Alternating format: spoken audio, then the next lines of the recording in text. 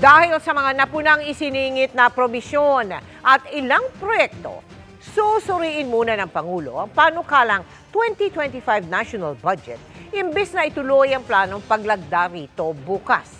Gayunman, tiniyak niyang aaprubahan ang budget bago magbagong taon. Nakatutok si Ian Cruz.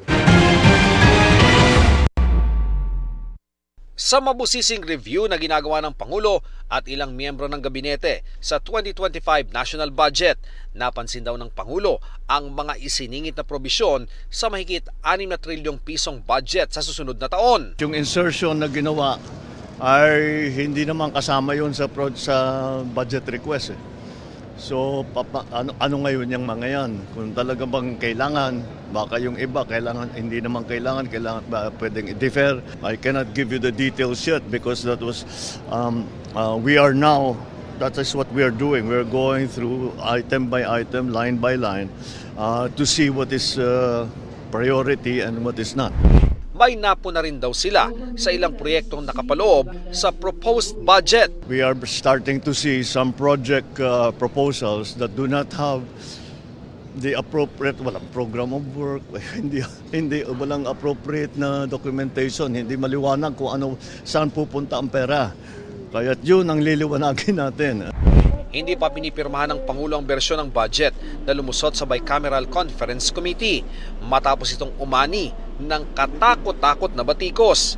Kabilang sa pinupuna ang pagbalik ng kontrobersyal na ayuda sa Kaposang Kita Program o AKAP, ang zero subsidy sa Philippine Health Insurance Corporation o PhilHealth, pati na ang paglobo ng budget ng Department of Public Works and Highways o DPWH sa 1.1 trillion pesos kahit nakasaad sa konstitusyon na edukasyon dapat ang may pinakamataas na prioridad sa budget.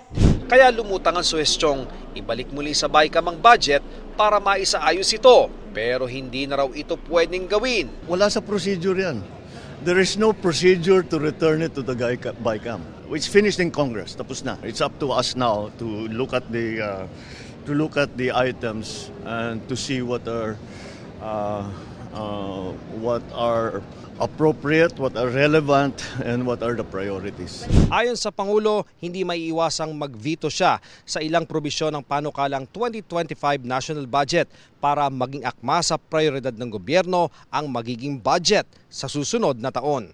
Maraming nagbago from the budget request from the different departments. And we have to put it back in the same shape that we had first requested. So unfortunately, we are only left now. I am only left now with the veto power. Now it's up to us on how we regain control of the spending program. Bukas sa sana nakatakda ang pagpirma ng Pangulo sa General Appropriations Act of 2025. Pero kailangan pa raw ng oras para sa kanilang review. Gayunman, tiniyak ng Pangulo na malalagdaan ng budget bago sumapit ang bagong taon. Pagdating naman sa isyu ng kawalan ng subsidy ng PhilHealth sa national budget, tiniyak ng Pangulo walang dapat ipangamba ang publiko. Ito ang guarantee ko. Napakasimple lang ang guarantee ko.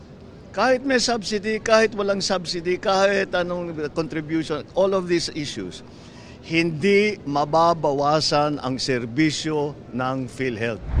Nasa Villamor Air Base kanina si Pangulong Bongbong Marcos para sa change of command at retirement ceremony ng Philippine Air Force, kung saan pinalitan ni Lieutenant General Arthur Cordura ang nagretirong si Lieutenant General Stephen Pareño bilang Commanding General ng Air Force. Naghahanda na rin daw ang Pangulo sa pagdiriwang ng Kapaskuhan na planong magpunta sa Baguio at Ilocos. Para sa GMA Integrated News, Ian Cruz, Nakatutok, 24 Oras.